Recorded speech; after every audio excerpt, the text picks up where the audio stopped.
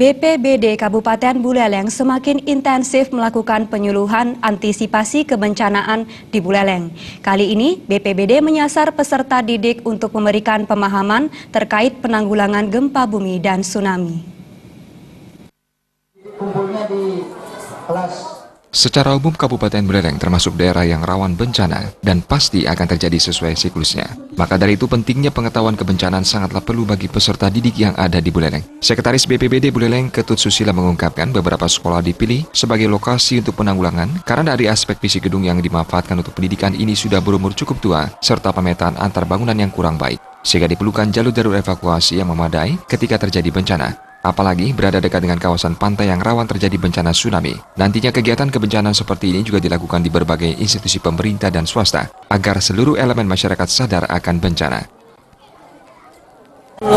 Sasar bagaimana masyarakat semakin banyak paham terhadap bencana. Bagaimana mereka jika terjadi bencana bisa selamat. Dieliminir sekecil mungkin korban-korban yang ada. Jadi kalau ada gempa, apalagi di Buleleng itu potensi gempanya ada 3 lempeng. Lempeng di Tejakule, lempeng di Seririt, dan lempeng di Groga. Jadi yang tinggi potensinya adalah di Tejakule, itu bisa terjadi 8 skala Richter.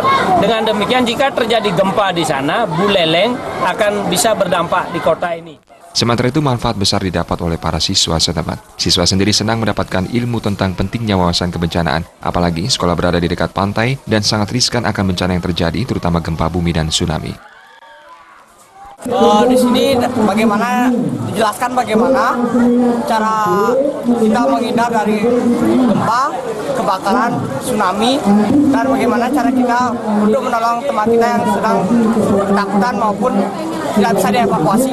BPBD sendiri sejauh ini sudah memetakan daerah-daerah yang rawan akan bencana gempa bumi dan tsunami, di antaranya kawasan Kecamatan Tejakula, Kecamatan Seririt, Kecamatan Grogak, dan wilayah Kota Singaraja.